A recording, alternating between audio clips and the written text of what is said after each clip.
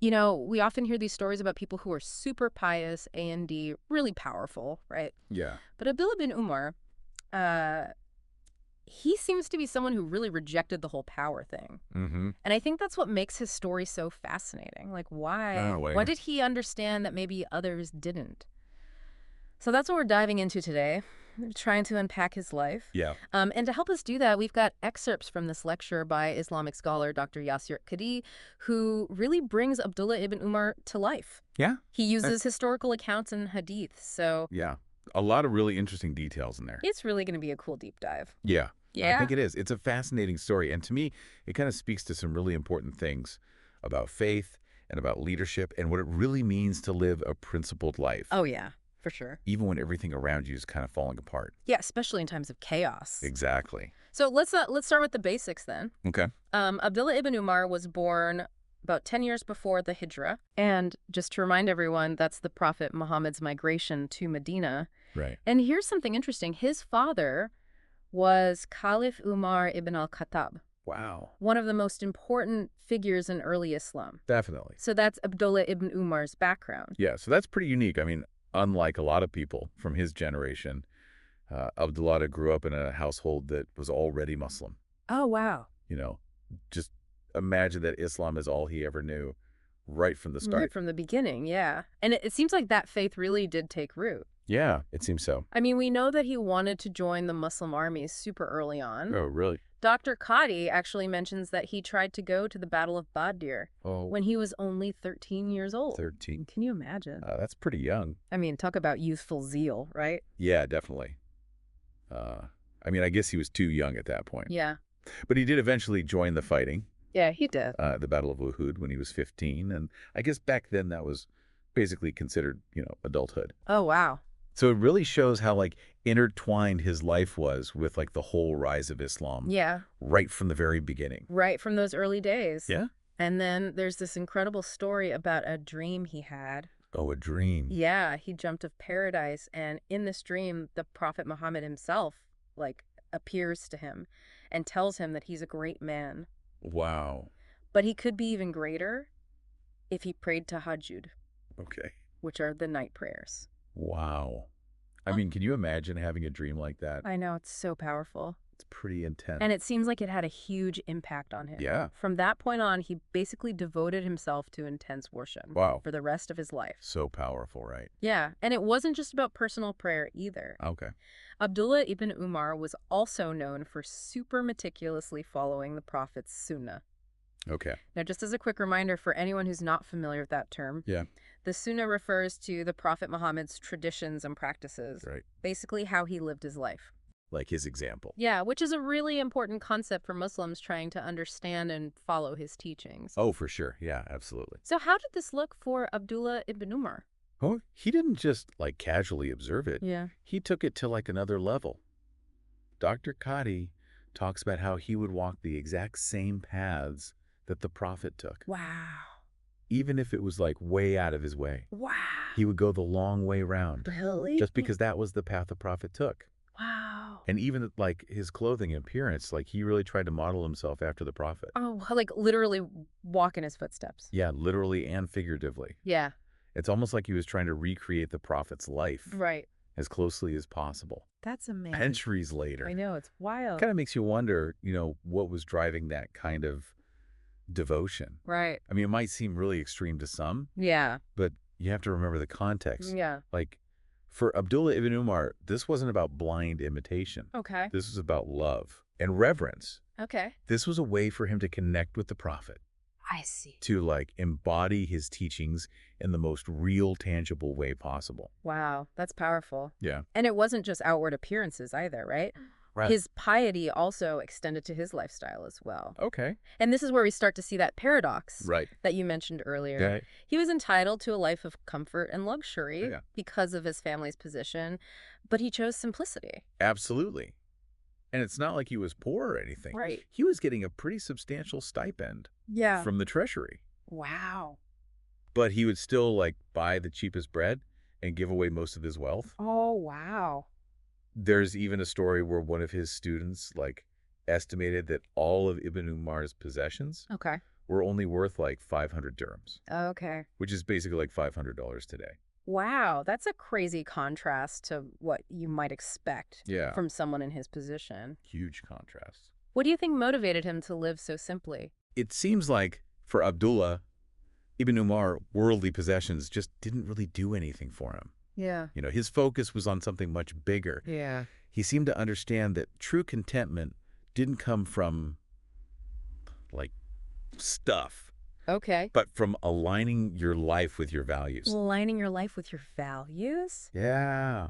And it seems like that commitment to simple living went hand in hand with his incredible generosity. Oh, absolutely.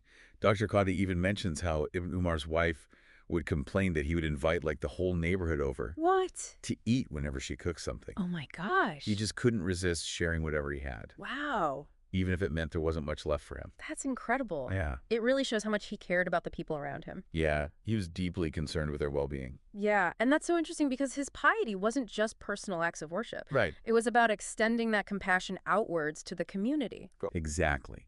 And that outward focus becomes even more fascinating when we look at how he navigated this turbulent period of the fitna, Oh, yeah. the civil wars that broke out after the Prophet's death. Yeah, this is where things get really complex. It does. I mean, the Muslim community was facing some intense internal conflict, Yeah. and Ibn Umar's response was, well, surprising. It was. He chose to stay completely neutral, Wow. refused to take sides in the conflict. And it wasn't just about staying out of the fighting either, right? Right. He refused positions of leadership, Wow. even when he was offered the governorship of Syria under Caliph Ali. Wow. He's famous for saying that he didn't want any blood to be shed, Wow. neither by him nor for him. That's such a powerful statement, It is. especially when you consider how much was at stake. Absolutely. What do you think was behind his decision? Well, it seems like for Abdullah ibn Umar, preserving the unity of the Muslim community was like the most important thing. Okay. He saw this conflict as like a distraction from the true essence of Islam, something that would only lead to more division and bloodshed. Yeah. He even compared the warring factions to people lost in a sandstorm, Oh. blindly fighting each other, Wow. while he remained steadfast in his faith, waiting for the storm to pass. That's an amazing analogy. It is. It really suggests that he had a very different understanding of leadership than many of his contemporaries. He Right. wasn't interested in power for Yeah. its own sake. It seems like his priority was protecting the community Right. from further harm. And, you know, it's interesting because that decision to remain neutral, Right. while praised by some, Yeah. it wasn't without its critics. So, of course not. Some people saw his inaction as complicity, Right. arguing that he could have done more to stop the violence. It raises a really good question. Yeah, In times of conflict, is neutrality a form of courage right. or is it a cop-out? It's a tough question. It is. It's complex and there are no easy answers. But I think Ibn Umar's stance gives us a really valuable lens for examining those complexities. Yeah. You know, he understood that taking sides in a conflict, even for what you believe is the right cause, can have unintended consequences. Mm-hmm. And for him, it seems, his duty above all else was to uphold the unity of the Muslim community, Yeah. even if it meant being seen as passive by some. Wow, that's powerful. Yeah. It's interesting, though, because he chose to stay out of those political fights, Yeah. but that didn't mean he stayed silent. Right. He wasn't afraid to speak up when he saw injustice. No, he definitely wasn't. He may not have wanted to get involved in those big power struggles, but that doesn't mean he just sat back and watched either. Mm. He believed in speaking truth to power, Yeah, even when it was risky. even when it was dangerous. Exactly. And we really see that in his interactions with Caliph Hajjaj ibn Yusuf. Oh, yeah. He was not known for being a merciful guy. No, not at all. Dr. Kahi mentions the story where Abdullah ibn Umar basically publicly calls out Hajjaj for allowing weapons inside the Kaaba during Hajj. Seriously. And get this, he does it on his deathbed. On his deathbed. Can you imagine? Wow. Talk about conviction. I know. I mean, to have that level of moral courage, even when you're facing death, It's wild. it really is. And, you know, Hajjaj actually offered him a chance to take it back, Really? to avoid punishment. Wow. But Ibn Umar refused. Yeah. He was willing to die Wow. for what he believed in. Wow, that's a powerful image. It is. It's almost haunting, isn't it? Yeah, it is. That level of conviction. I mean, he was willing to sacrifice everything Yeah. for his principles. It really shows you what kind of person he was. It does. It shows the depth of his character. Absolutely. And it makes you think about piety, too, because it's easy to see it as something personal. Yeah, like it's just between you and God. Right, something that happens in your heart or in your prayers. But for Abdullah ibn Umar, it was like piety had to be expressed through action. Yes. It had to manifest in how he lived his life. Right. And how he interacted with others. And how he responded to injustice. Exactly. And it's like, it wasn't enough to just be personally devout. He felt this responsibility to actually make the world a better place. Absolutely. And that sense of responsibility, it went beyond just his political views and his charity. Oh, yeah. I mean, he was also a renowned scholar. He was. One of the most important transmitters of Hadith in his time. That's right. And again, we see this commitment to like meticulously preserving and transmitting knowledge. Oh, yeah. Dr. Qadi says that Abdullah ibn Umar narrated over 2,600 hadiths. 2,600? Yeah, which is incredible. Second only to Abu Huraira. Wow. Who's famous for his amazing memory. It's amazing to think about all that knowledge he helped to protect. It is. And he wasn't just collecting those sayings. He was teaching them. Yeah. Explaining them. Yeah. Passing them on to future generations. Exactly. And he had tons of students. Yeah. Many of whom became prominent scholars themselves. Yeah, like his son Salim and his freed slave Nafi. Yeah. They're both very well-respected figures Yeah. who carried on that legacy of scholarship and learning.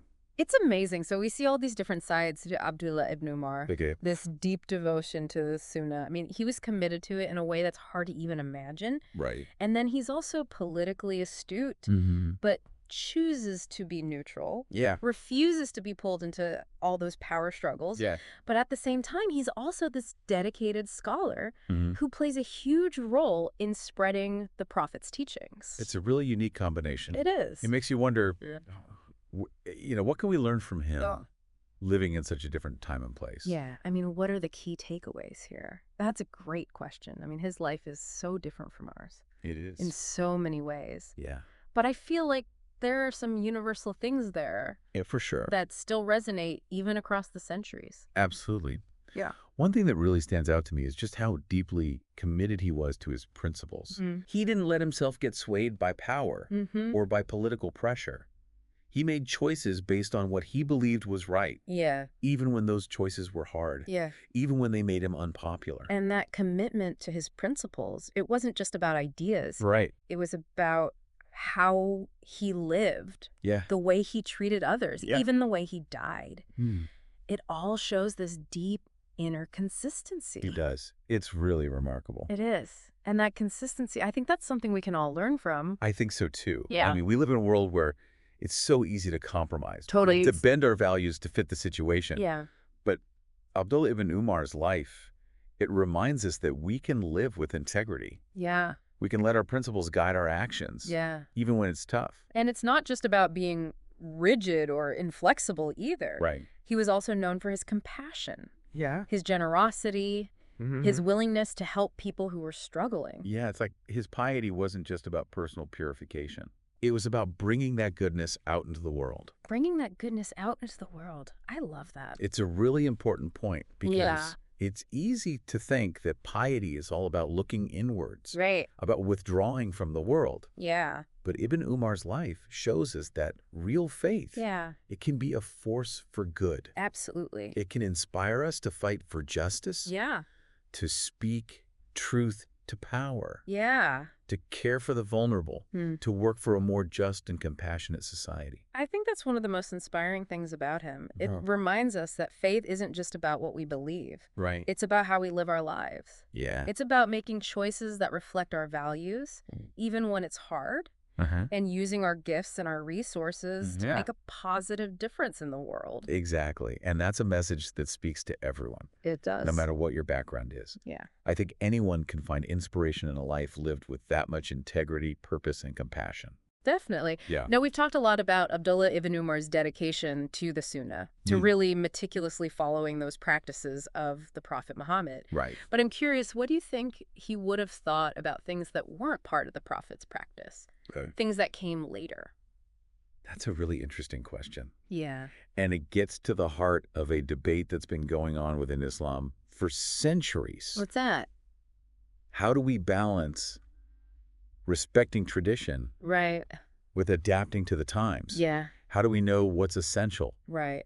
and what's open to interpretation? It's almost like he set such a high bar Yeah, that's really hard for most people to reach. it is. But he was also living in such a different world. Totally. So how do we apply his example to our lives today? Yeah, how do we do that in the 21st century?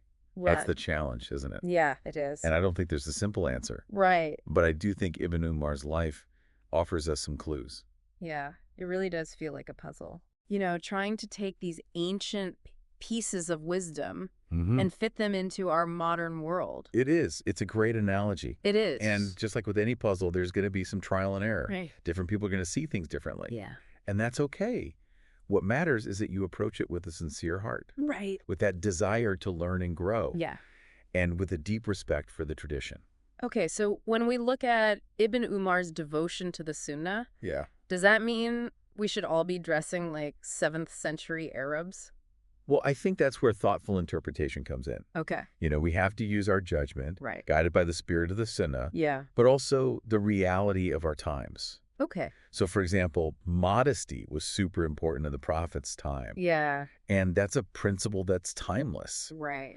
But how we express that modesty might look different Okay. depending on where and when we live. So it's not about just copying exactly what the Prophet did, Right. but understanding the deeper meaning Yeah, the underlying principle. and applying those to our lives Exactly. in a way that makes sense. In a way that's authentic Yeah. and relevant for you. Okay, so thinking about that makes me think about something we haven't really talked about.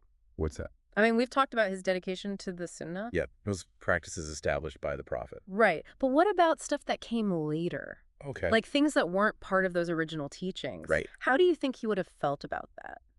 Like innovation within the faith. That's a good question. Yeah. You know, it's interesting to think about because he was so rooted in tradition, Yeah. but he was also living in a time when the Muslim community was going through so much change Yeah, that's true. and expansion. Yeah. He must have seen new ideas and practices popping up all the time. So how do you think he balanced that? Yeah. Like preserving the core teachings, but also adapting to new circumstances. It's a tough balance to strike. It is. I imagine he would have really emphasized evaluating things carefully. Any new practice or interpretation, Yeah. really measuring it against those fundamental principles of Islam. Okay. So it's not about rejecting all change, Right. but about being wise Yeah. and using good judgment. Using good judgment. It's like Yeah. faith isn't static. Exactly. It's always evolving and growing. It's a living tradition. It is. And I think that's one of the biggest lessons we can take from Abdullah ibn Umar. I agree. It's not just about trying to copy what he did, Right. but about cultivating that same spirit Yeah. of deep devotion Mm-hmm. and commitment to justice Yeah. and really engaging with our faith. He reminds us that Islam is about continuous learning and growth. It really is inspiring. It is. I mean, it shows us that it is possible Yeah. to live with that much integrity and conviction. And challenges us to look at our own lives. Yeah. Our own choices. Are we living according to our values? Right.